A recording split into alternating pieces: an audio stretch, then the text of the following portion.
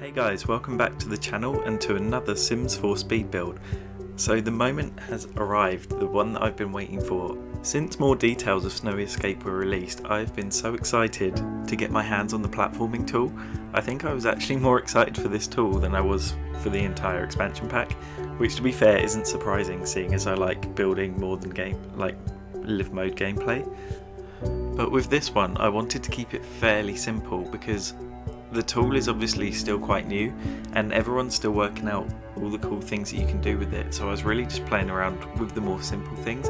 So I've used it for like little steps, and I make a little like fountain area at the front here, but I also use it on the roof to create a really nice modern looking roof with different layers to it. And I've also done some split leveling inside the build, but it's all kept quite subtle, so it's not like crazy platforms all over the place. I've just made it so the lounge area to the front of the build is down a slight level, and so is the study at the back there. So this time I wanted to try something different because the way I build, I normally like really detailed like lived in houses, but this time I wanted to try something a bit different, so I thought I'd go for like a base game starter home and keep it really simple just so that I can focus on the platform tool more. And I actually really enjoyed it because normally when I start making a build I have to dedicate so much time to it, like I have to give it a good few hours if not like days just to find enough time to finish the build. But with this one I finished it in about an hour. I think it was pretty much an hour, so it was actually really refreshing to just sit down, build a house, and within an hour just be like, oh, that's it, done. It was also quite interesting working to a budget as well, because normally I just build and build and build and I don't even look at the price of the place, and with this one I did kind of stick to the budget. And then when I uploaded it to the gallery the first time, I realised some of the little details I did around the roof actually cost a few simoleons, so I had to actually get rid of those and go back and tweak it all. But I did manage to get this house exactly on 20,000 simoleons. It is base game only, there's no custom content, so you don't need any packs or anything for this build. So even if you're new to the game, you can build a single sim. They can move straight into this build. They don't need to sell any frogs or anything, don't need a job. They can just go straight into this. And I have to say, I think it's quite a nice house for a first time buyer. Now you'll see I have put a column at the front of the build there because I do think it looks nicer with a column, but that column's from the Get Together expansion pack, and that was the only item that I accidentally used that wasn't base game, so I did have to remove that one.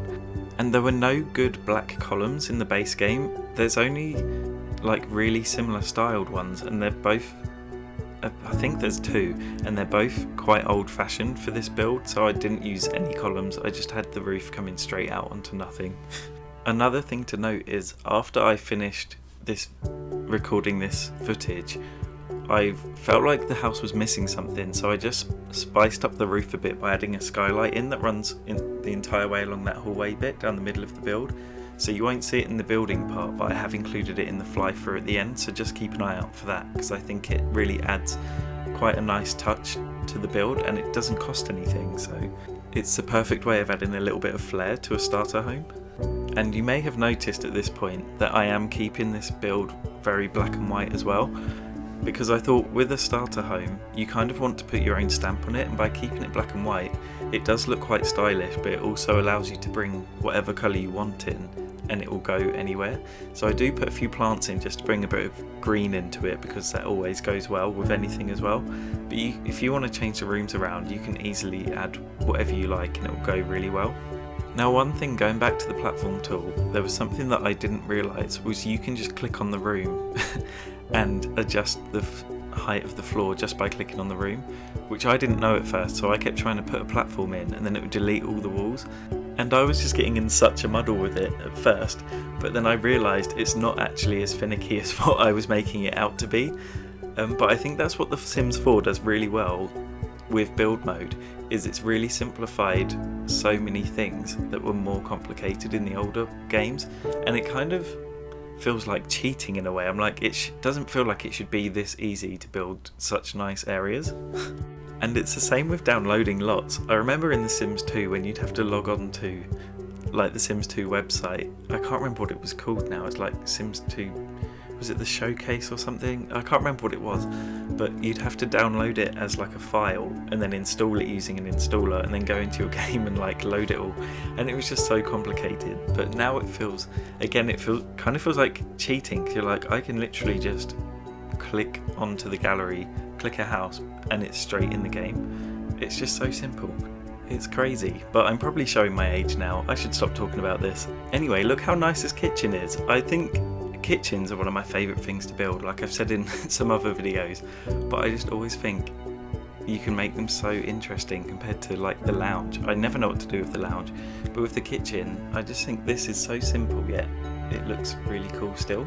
So I'm starting to bring a little bit of greenery into the build now to give it little pops of colour, and I think that's a really effective way to make starter homes just look a bit more finished, because a lot of the time starter homes can look so empty, and I know that this isn't exactly filled with furniture, but I think there's just enough furniture in there for it to feel comfortable, which I think starter homes are missing a lot of the time.